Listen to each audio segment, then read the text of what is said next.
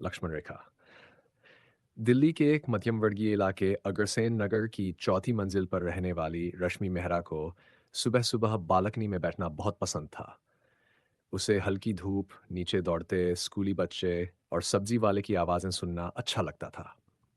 लेकिन आज की सुबह वैसी नहीं थी। आज उसकी सास कैलाश देवी सुबह से ही नाराज थी। औरत को घर की इज्जत की तरह रहना चाहिए, यूं खुले बालों में बालकनी में खड़े होना ठीक नहीं। रश्मि मुस्कुरा दी, कुछ नहीं कहा। शादी को अभी 3 साल ही हुए थे, पर ऐसा लगता था जैसे वो किसी समय के गड्ढे में फंस गई हो, जहां घड़ी आगे ही नहीं बढ़ती। पति विवेक मेहरा एक मल्टीनेशनल कंपनी में काम करते थे।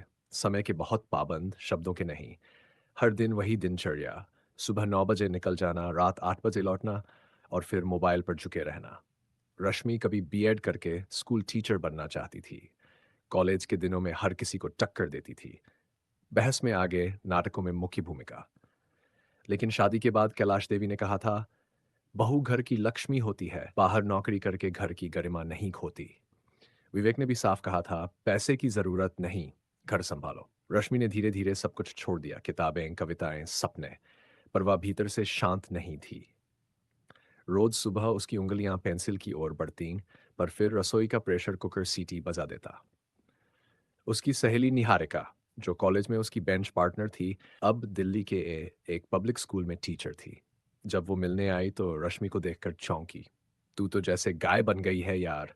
वो कॉलेज वाली रश्मि कहाँ है? रश्मि ने चुपचाप पानी का गिलास बढ़ाया। तेरे में अब भी आग है। तू वापस पढ़ा, फॉर्म भर, कोई तुझे रोक नहीं सकता। रश्मि ने धीमे से कहा, मेरे घर में सब मुझे रोकते हैं। एक शाम रश्मि ने हिम्मत की। डाइनिंग टेबल पर बात उठाई। माँ जी, मैं स्कूल में नौकरी करना चाहती हूँ। बीएड किया है, मेरा सपना था, अब स्कूल में वैकेंसी भी है। कैलाश देवी ने रोटी पर घी लगाते हुए ताना मारा। बहू को नौकरी की जरूरत है क्या? बहू के संस्कार बड़े हैं या पैसे? विवेक ने अखबार से नजर उठाए बिना कहा, तुम्हें क्या करने की जरूरत है? हम सब कुछ तो दे रहे हैं, पर कुछ अपने लिए भी करना चाहती हूँ। अपने लिए? शादी के बाद औरत का अपना कुछ नहीं होता रश्मि, जो है सब घर का होता है। रश्मि की आंखें भर आईं, पर वो बोली कुछ नहीं। अगले दिन से रश्मि ने चुपचाप सुबह 5 बजे उठकर पढ़ाई शुरू की। जब सब सोते थे वो पुराने नोट्स निकालती थी, अभ्यास करती थी। फिर उसने फॉर्म भर दिया बिना बताए। इंटरव्यू की तारीख आई, उसने साड़ी पहनी, बाल बांधे, सिंपल मेकअप किया और निकल गई। स्कूल में वही रश्मि फिर से जिंदा हो गई। वहां उसे एक पूर्व छात्रा मिली जो अब उसी स्कूल में टीचर थी। मैम, आप तो मिस यूनिवर्स थी हमारे कॉलेज की। रश्मि मुस्कुरा दी, अब फिर से बनना सीख रही हूँ। रात को जब घर लौटी तो सास पहले से दरवाजे पर थी। कहाँ गई थी? इंटरव्यू देने। बिना बताए? बताने से कोई सुनता नहीं। विवेक अंदर से चिल्लाया, तुम्हें शर्म नहीं आई? मेरी इज्जत की कोई परवाह नहीं? रश्मि ने अब की बार गर्दन झुकी नहीं रखी। इज्जत तब मिलती है जब इंसान को इंसान समझा जाए। औरत अगर मशीन हो तो वो इज्जत नहीं, गुलामी होती है। रश्मि की बातों से घर जैसे सन्नाटे में डूब गया था।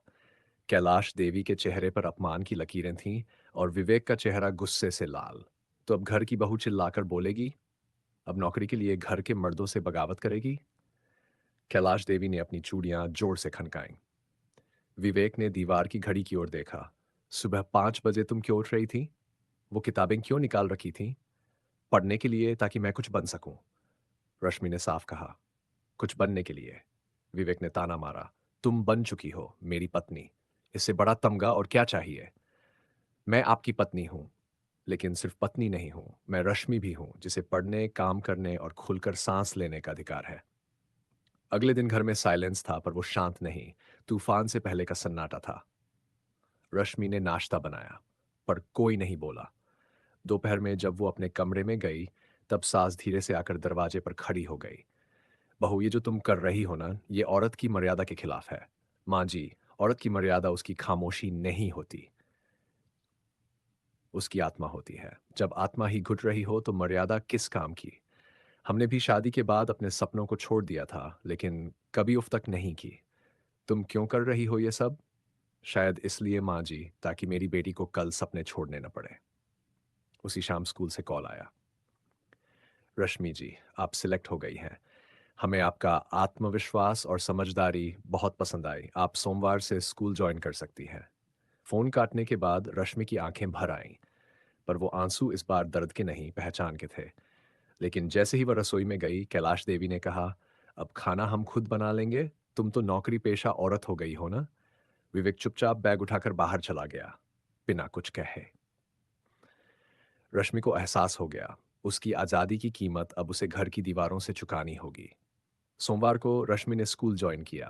पहली बार बोर्ड पर अपना नाम लिखा, रश्मि मेहरा। बच्चे ध्यान से सुन रहे थे और रश्मि जैसे फिर से जिंदा हो रही थी। बच्चों, उसने कहा, गृह विज्ञान सिर्फ रोटियां बनाने या सुई धागा सिखाने का विषय नहीं है।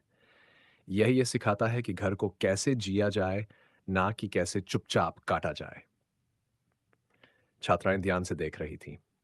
उन्हें समझ नहीं आ रहा था कि ये टीचर पढ़ा रही है या जीवन समझा रही है। पर अब घर में संकट और गहराने लगा। विवेक ने रश्मि से बात करना बंद कर दिया। कैलाश देवी दिन भर ताने देती, अब घर की रानी टीचर बन गई है।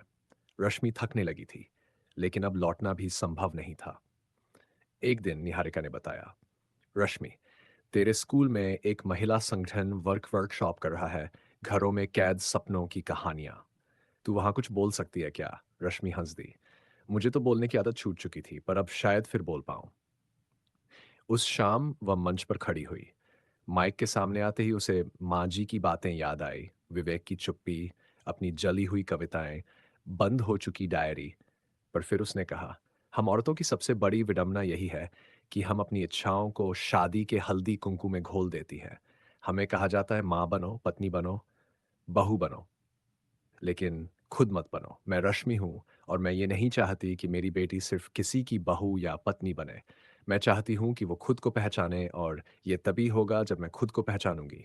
इसलिए मैंने लक्ष्मण रेखा पार की है, क्योंकि वो रेखा अब सुरक्षा की नहीं, बंधनों की बन चुकी थी। रश्मि की उस वर्कशॉप में दी गई स्पीच वायरल हो गई थी। किसी छात्रा ने मोबाइल से वीडियो बना लिया और सोशल मीडिया पर डाल दिया। एक बहू की चुप्पी टूटी। 2 दिन में ही हजारों लोग देख चुके थे, सैकड़ों कमेंट्स।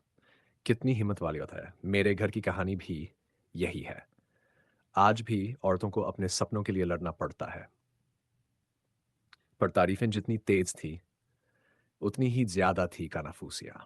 पड़ोस की मिसेज शर्मा ने बालकनी से झांक कर कहा, अब औरतें मंच पर चिल्ला चिल्ला कर अपने पतियों को नीचा दिखा रही हैं। नीचे सब्जी वाला भी मुस्कुरा कर कहने लगा, मैडम जी, बड़ी मशहूर हो गई, अब हमसे तो बात नहीं करती। रश्मि समझ गई, घर की लक्ष्मण रेखा पार करना आसान था, पर समाज की खींची लकीरों को मिटाना सबसे मुश्किल। घर में माहौल और ठंडा हो चुका था। विवेक देर रात घर आता, रश्मि का चेहरा देखता भी नहीं। कैलाश देवी अब पूजा के वक्त भी कहने लगी थी, हे भगवान, ऐसी बहुएं किसी घर में ना आए जो अपने घर को ही बदनाम कर दें। रश्मि चुप रहती थी, क्योंकि अब वो जानती थी कि शब्दों का जवाब शब्दों से नहीं, कर्तव्य और विवेक से देना होता है। पर एक दिन ऐसा कुछ हुआ जिसने उसकी आत्मा को तोड़कर रख दिया। रश्मि स्कूल में क्लास ले रही थी, तभी प्रिंसिपल का फोन आया। मैम, आपको घर जाना पड़ेगा, आपकी सास बेहोश हो गई है। रश्मि भागी हुई घर पहुंची। कैलाश देवी फर्श पर गिरी हुई थी। विवेक वहीं बैठा था, आंखों में आंसू थे और गुस्सा भी। तुम्हारे कारण यह सब हुआ है। तुम्हारे आत्मसम्मान, तुम्हारी नौकरी ने मां को तोड़ दिया है। रश्मि फौरन उनकी सेवा में लग गई। पानी पिलाया, दवाइयां दी, डॉक्टर को फोन किया। रात को जब कैलाश देवी की आंखें खुली, उन्होंने रश्मि का हाथ कसकर पकड़ा। तू गई नहीं थी स्कूल? माँ जी, आप गिर गई थी। स्कूल तो रोज जा सकती हूं, पर आप हर रोज नहीं मिलेंगी। उनकी आंखें डबडबा गई। अगले दिन डॉक्टर ने कहा, माताजी को मानसिक थकावट है, इन्हें घर का स्ट्रेस नहीं देना चाहिए। रश्मि ने विवेक से कहा, अगर मेरी वजह से इन्हें दुख हो रहा है तो मैं नौकरी छोड़ देती हूं।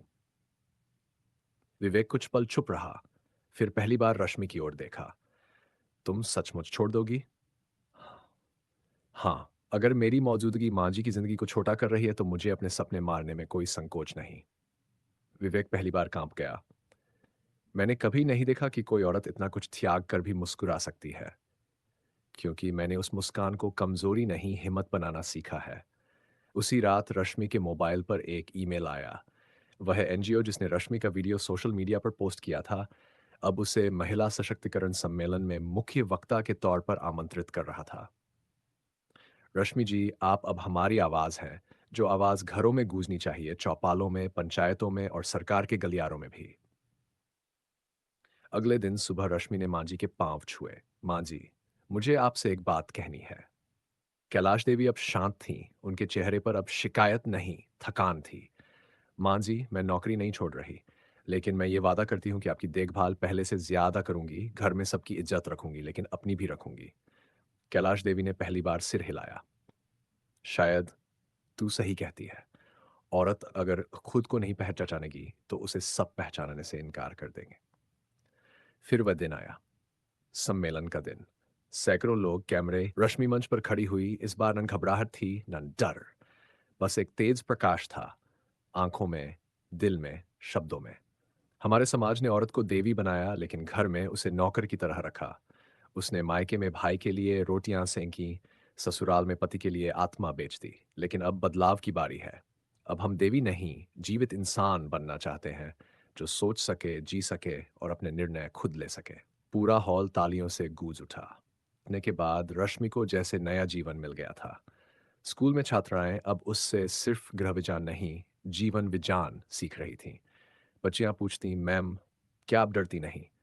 रश्मि मुस्कुरा कर कहती, अब नहीं। पहले डरती थी, जब सबके सामने चुप थी। अब जब बोलने लगी हूं, तो डर भाग गया। लेकिन डर कभी सचमुच खत्म नहीं होता, वह नई शक्ल में लौट आता है। एक दिन स्कूल में बुलावा आया, रश्मि जी, शिक्षा अधिकारी आपसे मिलना चाहते हैं। ऑफिस में घुसते ही सामने बैठे एक अधेड़ अधिकारी ने कड़ा चेहरा बनाकर कहा, आपके खिलाफ शिकायत आई है। कहते हैं आप स्कूल में लड़कियों को घर से बगावत सिखाती हैं। रश्मि चौंकी। मैं उन्हें सोचने और सवाल करने की आज़ादी देती हूँ। अगर यही बगावत है तो हाँ, मैं दोषी हूँ। आपके खिलाफ लिखित शिकायत आई है, आपके ही पति के नाम से। रश्मि की आंख फटी रह गई।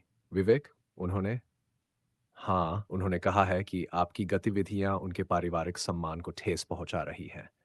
रश्मि कुछ नहीं बोली, चुपचाप स्कूल से निकल गई। रात को जब वह घर पहुंची, विवेक बैठक में बैठे थे, चुपचाप, जैसे कुछ सोच रहे हो। आपने मेरी शिकायत की? रश्मि की आवाज शांत थी, लेकिन कांप रही थी। तुमने कभी मुझसे पूछा कि मुझे कैसा लगता है जब मेरी पत्नी मंचों पर खड़ी होकर हमारे घर की बातें कहती है? क्योंकि आपने कभी पूछा ही नहीं कि मुझे कैसा लगता है जब आपसे बात भी नहीं हो पाती। मुझे लगा तुम दूर जा रही हो। नहीं विवेक। रश्मि की आंखों से आंसू गिरने लगे। मैं कहीं नहीं गई। मैं तो पहली बार खुद के पास लौट रही थी और चाहती थी कि आप भी मेरे साथ चलें। विवेक कुछ नहीं बोले, पर उनकी आंखों में पहली बार अहंकार नहीं, ग्लानि थी। कुछ दिन बाद स्कूल में फिर एक चिट्ठी आई। रश्मि मेहरा को महिला आयोग द्वारा सम्मानित किया जाएगा।